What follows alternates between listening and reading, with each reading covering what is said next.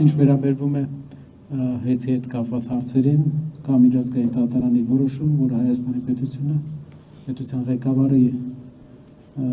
ցանկությունով չի կատարվում։ Դա նշանակում է, որ Հայաստանը միջազգային իրավական պրոցեսների կատարման ուղղությամբ իր վերցած պարտավորությունները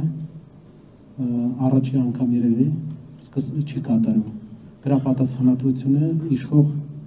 որոշում կայացնողի վրա է, որի հետևանքները ժամանակի ընթացքում ցավոք Հայաստանի Հանրապետությունը ստիպված է լինելու կրել։ Որևէ բանակցություն չենք պատկերացնում, քանի որ կա որոշում, որ այս պրոցեսները դադարեցվի միջազգային արբիտրաժի որոշում։ Իհարկե աջափնյակի դատարանն էլ կարևոր ինստանցիա է, բայց միջազգային արբիտրաժի որոշումով արդեն ոնց որ այդ որոշումը կա եւ